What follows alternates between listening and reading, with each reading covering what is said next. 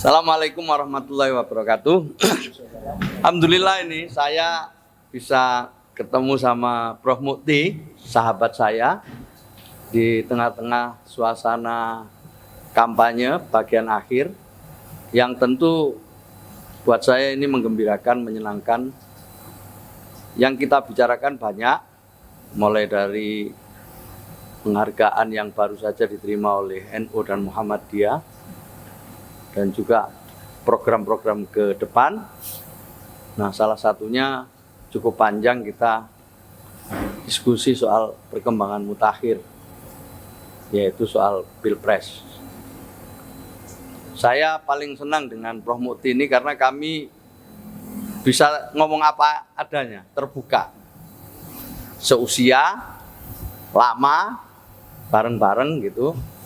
Dan cara melihat persoalan juga tidak jauh berbeda. Meskipun saya sebagai Sekjen PBNU, Prof. Mukti sebagai Sekkum PP Muhammadiyah, tentu ada perbedaan-perbedaan.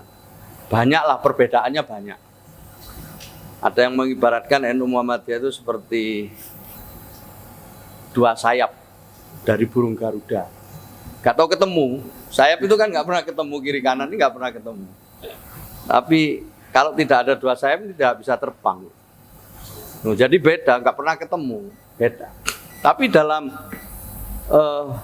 satu soal kepentingan bangsa ini, soal NKRI, NU dan Muhammadiyah selalu sama.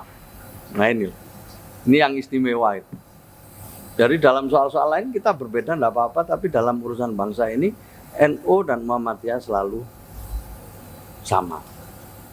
Nah, dalam melihat Pilpres ini pun juga begitu, kami letakkan ini sebagai bagian dari proses berpolitik, berbangsa dan bernegara yang harus kita lewati. Ini harus kita lewati, dan bukan kesempatan pertama, tapi ini sudah berulang-ulang. Harapannya sama, setiap Pilpres semuanya lancar, tahapannya dilewati, kemudian terlaksana secara jujur, adil, transparan, terbuka, sebagaimana azas-azas pemilu yang sudah disepakati bersama. Nah, untuk itu sampai tahap ini kami berdua gembira bahwa proses kampanye berjalan lancar, ya. Tidak ada istilahnya Pak Mukti nanti juga ditambah mungkin insiden yang mungkin mengganggu proses politik ini. Panas iya, tapi semuanya bisa meletakkan ini dalam suatu hal yang dimaklumi dan dipahami sebagai bagian dari sebagaimana kita kampanye. Nah, harapan kita semoga ini terus tetap lancar, ya. Kita jalan terus ke depan ini sampai nanti hari pemilihan.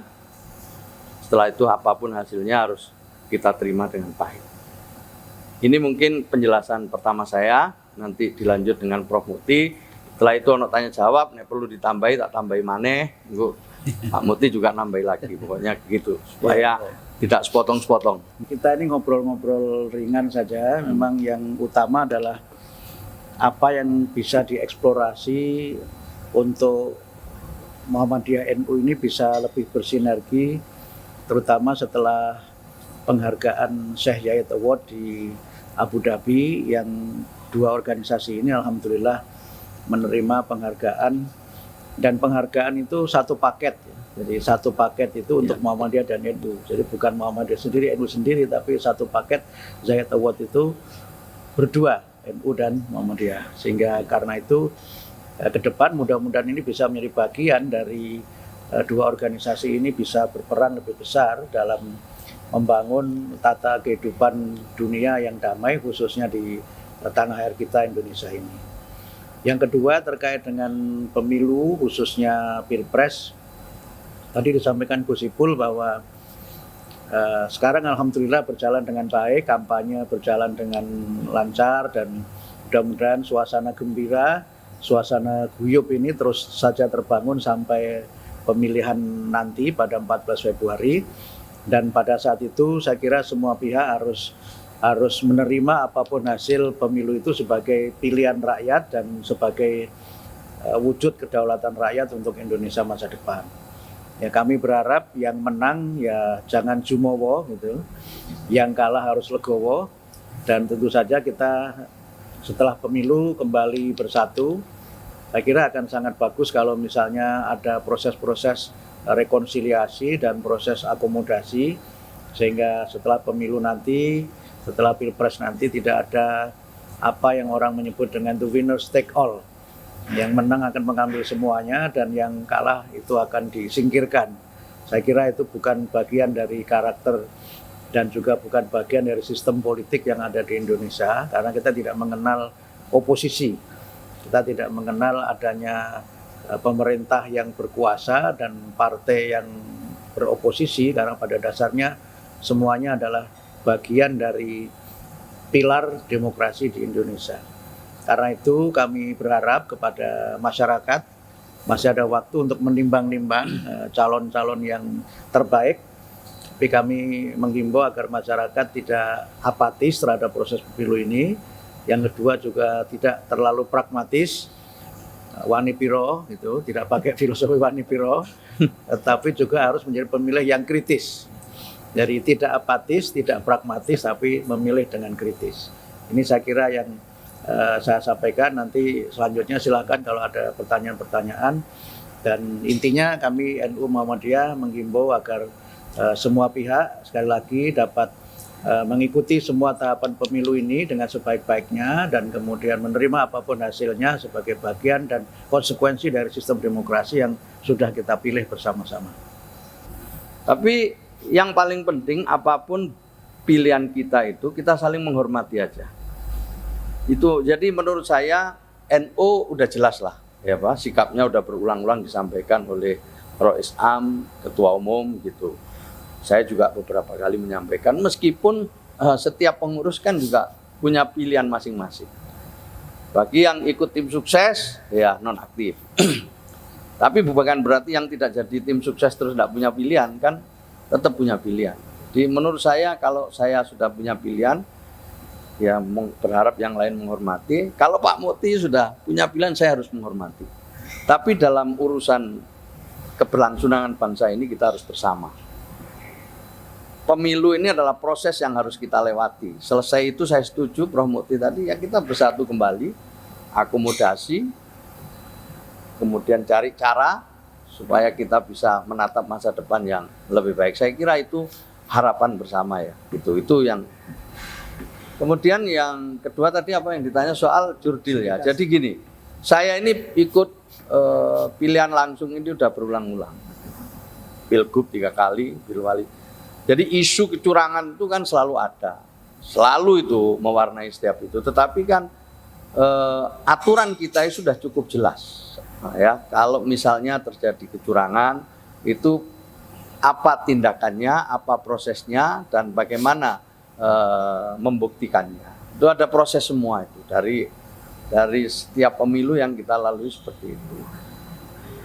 Tapi suara-suara yang ingin supaya ini jurdil harus diapresiasi, harus ditimbang-timbang dengan bijak sambil kita kawal bersama-sama.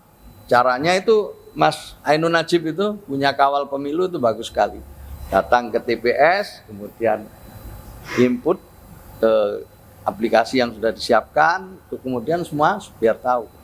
Di TPS juga udah ada saksi, baik saksi resmi maupun saksi yang di luar di luar yang resmi itu kan banyak sekali itu. Jadi pengawasannya juga sudah ada Bawaslu dan lain sebagainya. Jadi mari kita kawal bersama nanti agar pemilu kita ini benar-benar jujur, adil, transparan, terbuka sebagaimana semua ketentuan yang ada.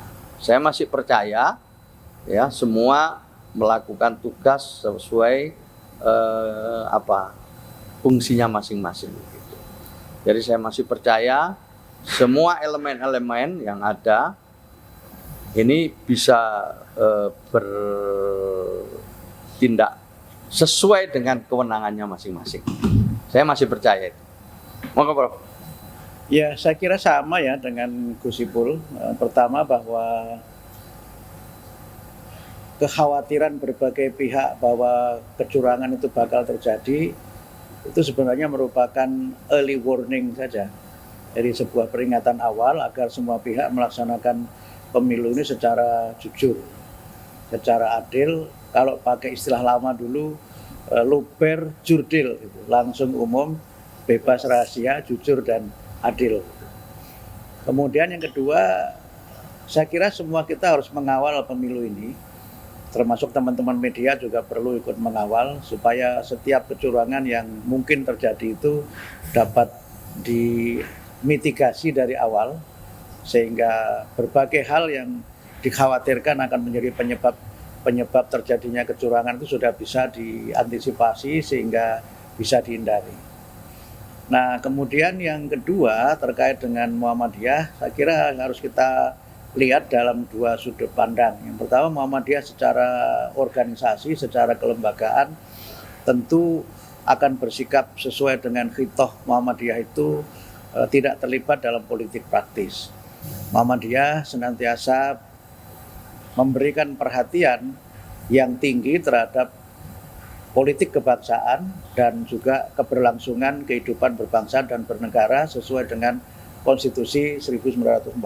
Itu yang pertama yang saya kira kita tegaskan pada sisi organisasi. Nah, kalau secara pribadi tentu kita memberikan kebebasan kepada warga persyarikatan untuk menentukan pilihan sesuai dengan hati sanubari. Kalau sesuai hati nurani dikira mengarahkan pada kelompok tertentu. Sesuai dengan hati dan sanubari, karena pada dasarnya itu adalah hak pribadi warga Muhammadiyah sebagai warga negara. Tetapi memang harus kita sadari bahwa hak pribadi itu harus kita tempatkan sebagai pilihan yang bersifat subjektif, ya, pilihan yang bersifat personal, yang saya yakin di Muhammadiyah sendiri akan terjadi perbedaan dan juga akan terjadi pluralitas pilihan politik yang sekarang sudah terlihat. Saya tahu persis di Muhammadiyah ini di kalangan pimpinan itu siapa ke nomor 1, siapa ke nomor 2, siapa ke nomor 3, saya sudah tahu. Mungkin dari sisi kopiahnya miring kemana gitu. Yang kedua juga kami tahu siapa dari kalangan warga yang di tim 01, tim 02, tim 03 juga kami tahu. Bahkan kami juga tahu mereka mengerjakan apa juga kami tahu. Yang kami tidak tahu mereka dapat berapa, itu yang kami tidak tahu. Karena itu maka ya marilah semua kita hadapi dengan gembira, semua kita hadapi dengan jiwa besar itu, dengan sikap kesatria, sehingga kembali saya tekankan bahwa kita semua harus siap menerima apapun hasil pemilu itu. Yang menang jangan jumawa, yang kalah tetap legowo, dan kemudian harus ada akomodasi dan rekonsiliasi. Nah, soal himbauan moral dari kampus-kampus itu, saya kira itu menunjukkan kehirauan dari para sivitas akademika terhadap masa depan bangsa. Seharusnya tidak dicurigai itu sebagai bagian dari agenda-agenda, misalnya ada yang memikirkan sampai terlalu jauh, ditunggangi kelompok tertentu, punya agenda menjatuhkan pemerintah. Saya kira jauh dari itu. Saya sebagai insan kampus tentu melihat bahwa kehirauan para sivitas akademika itu semata-mata karena kepedulian mereka terhadap masa depan bangsa dan harapan besar mereka agar pemilu ini berlangsung secara luber, jujur, adil, dan menghasilkan pemimpin nasional yang terbaik, wakil rakyat yang terbaik. Kemudian yang berikutnya ya tentu saja himbauan moral itu hendaknya dihiraukan juga, dihiraukan oleh para penyelenggara negara, para penyelenggara pemilu, termasuk Pak Presiden, tolong itu dihiraukan juga. Karena kalau petisi itu tidak dihiraukan, dia akan jadi peti es. Kalau masuk peti es, dia jadi peti mati. Gitu. Karena itu jangan sampailah ini terjadi, sehingga himbauan itu jangan ditafsirkan yang terlalu jauh, semuanya masih tetap dalam kerangka dan koridor yang sesuai dengan pesan moral dan kepentingan bangsa dan negara, bukan kepentingan partisan untuk calon tertentu, apakah calon presiden, wakil presiden, ataukah calon dari partai politik tertentu. Kalau memang ada semangat yang sama untuk supaya pemilu bisa berjalan luber, transparan, jujur, adil dan sebagainya tadi, ya mau nggak mau ya kita semua sama-sama memastikan gitu. Jadi semua harus memastikan bahwa proses ini bisa berjalan dengan baik. Nah, jadi tidak hanya kita memberikan pernyataan, setelah itu diem, ya datang ke TPS, kawal, seterusnya. Kita kawal, harus kita pastikan bersama-sama, karena ini juga adalah kepentingan kita bersama. Nah setelah itu hasilnya ya harus kita terima. Hasilnya harus kita terima, apapun hasilnya harus kita terima. Kalau misalnya nanti satu putaran, ya kita harus terima, harus kita terima. Kalau misalnya nanti ada pelanggaran, ya harus diproses. Karena setiap pelanggaran itu diberi peluang oleh ketentuan untuk diproses di dalam mekanisme yang sudah ditentukan sampai ke Mahkamah Konstitusi. Kalau nanti misalnya TMS ya terstruktur, masif, dan sistematis, itu kan nanti akan dibahas di Mahkamah Konstitusi. Jadi ada mekanismenya kalau kita ada bukti-bukti tentang pelanggaran itu. Ya, jadi sekali lagi saya masih percaya bahwa semua yang menjadi penanggung jawab pemilu ini bisa berbuat atau bertindak dengan benar, dan sekaligus kita ngajak masyarakat untuk sama-sama memastikan, kita sama-sama ikut mengawasi supaya bisa berjalan dengan baik. Hasilnya kita terima. Gitu kan Pak Muti ya? Ya. Kalau kemarin Pak Muti cerita sama saya, kalau sepanjang itu hasilnya memang sudah sesuai, ya harus kita terima. Kalau ada pelanggaran harus diproses. Jelas kita menghormati, kita menghargai, kita apresiasi Presiden gitu. Dengan pernyataan, dengan keteladanan selama ini. Kita apresiasi itu menunjukkan bahwa Presiden ingin pemilu ini berjalan dengan katakanlah baik, jauh dari anggapan-anggapan sebagian pihak selama ini. Jadi ini menunjukkan Pak Presiden menunjukkan komitmennya, dan itu kita apresiasi. Ya, yang pertama, Presiden sebagai warga negara tentu punya hak memilih dan dipilih. Jadi tidak berarti kalau Presiden itu netral terus tidak memilih. Bahwa Presiden punya hak untuk kampanye, ya itu memang ada aturannya. Tetapi kalau beliau tidak menggunakannya untuk kampanye, saya kira itu akan bijaksana. Jadi dalam bahasa Jawa itu ada ungkapan bener dan pener. Bener itu artinya sesuatu yang tidak melanggar aturan, tapi pener itu artinya sesuatu yang walaupun tidak melanggar aturan, tapi kalau tidak patut ya jangan dilakukan. Nah, karena itu ketika Presiden menyatakan tidak akan berkampanye, itu bagus dan kita apresiasi. Tapi mungkin beberapa yang berkaitan dengan iklan beliau yang ada di media terkait dengan dukungan kepada partai tentu juga harus di take down sebagai bukti bahwa beliau itu netral dan tidak berkampanye. Kalau tidak berkampanye tapi iklannya masih, itu berarti kan tidak netral lagi, sehingga harus ada konsekuensi dan follow up dari pernyataan Presiden yang menyatakan tidak akan berkampanye itu. Dan sekali lagi kita mengapresiasi itu. Kemudian yang kedua, ya saya kira semua pihak juga harus menghormati apa yang sudah diputuskan Presiden. Jadi partai-partai yang selama ini berharap Presiden mengendorse secara langsung juga harap maklum dengan sikap Presiden itu, karena sebagai kepala negara tentu Presiden harus berdiri di atas semua golongan, dan sebagai kepala pemerintahan juga Presiden harus memastikan bahwa para penyelenggara negara ini juga bersikap netral, tidak menyalahgunakan, apalagi kemudian juga memang berpihak secara terbuka terhadap calon presiden dan wakil presiden tertentu, calon anggota legislatif tertentu, atau partai politik tertentu. Kita hormati keputusan itu, dan mudah-mudahan sampai hari H nanti Presiden istiqomah dengan sikapnya untuk tidak berkampanye dan tidak menggunakan haknya untuk berkampanye, tapi memilih untuk menjadi negarawan, menjadi kepala negara dan kepala pemerintahan.